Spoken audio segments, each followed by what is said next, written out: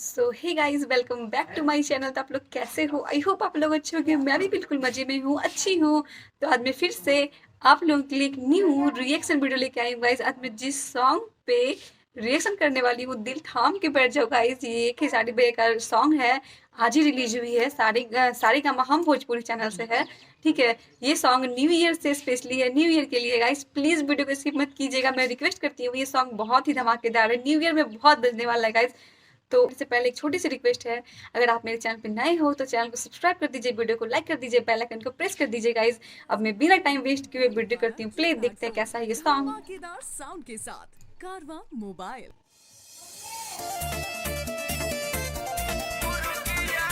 ओहो, क्या कमर हिलाई है। ओहो, फिर साड़ी में मुर्गा लेके आ गए।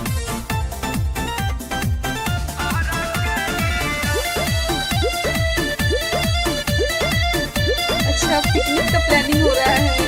अब वही ठोना छिला पियाज, नया साल होवे पार्टी मनियाज।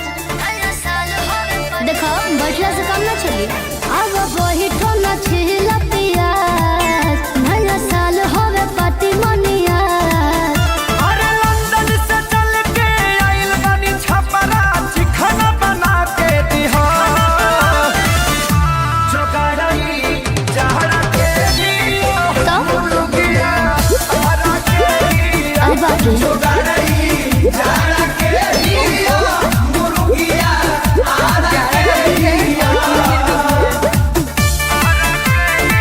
आरा का है तो देसी होगा।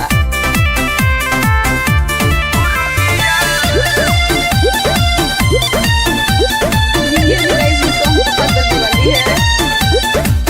कद गरम कराहे तेल ढारे सोना।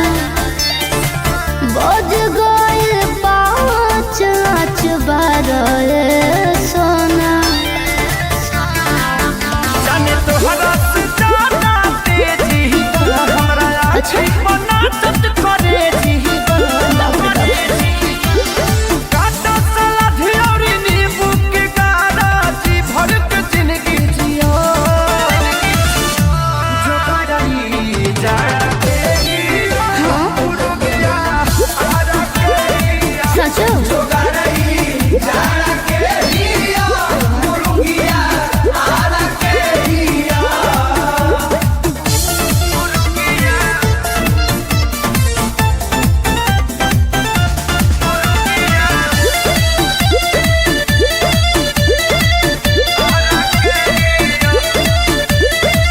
कृष्णा बेगौरो देख सारी हो।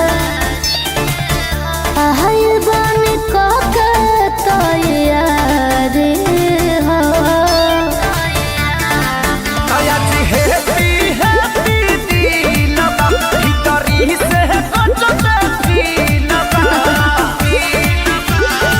मिल जगाले गलती में भाले, फाटल करे जासिया। ठीक है बा।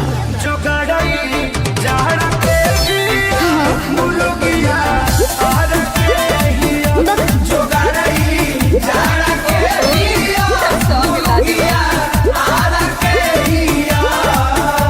जगदीशपुर ताजा ना दिल सो, यही से आरा चल गई। Happy new year. हाँ तो खा दाब के। अरे पूरा इंडिया हिली बाबू। सो गाइस, आपको ये सॉन्ग कैसी लगी? ये स्पेशली हैप्पी न्यू ईयर के लिए खेसारी भैया ने हम लोग को सरप्राइज दिया गाइस। ये बहुत ही धमाका मचाने वाला है। अभी ये न्यू ईयर में खूब बजने वाली है। मुझे ये सॉन्ग बहुत अच्छी लगी गाइस। आपको मेरी रिएक्शन कैसी लगी? अगर अच्छी लगी हो तो मेरे चैनल पे नए हो तो चैनल को सब्सक्राइब कर दीजिएगा, वीडियो को लाइक कर दीजिएगा, बेल आइकन को प्रेस कर दीजिएगा गाइस। नेक्स्ट किस सॉन्ग पे आपको रिएक्शन चाहिए प्लीज़ आप मुझे कमेंट में वो भी बता सकते हो। तो मिलती हूँ गाइस नेक्स्ट वीडियो में। तब तक मेरी तरफ से सभी को एडवांस में हैप्पी न्यू ईयर। तो सब मजे में रहिएगा, मस्ती कीजिएगा गाइस। मिलती हूँ मैं नेक्स्ट वीडियो में। Bye bye, take care.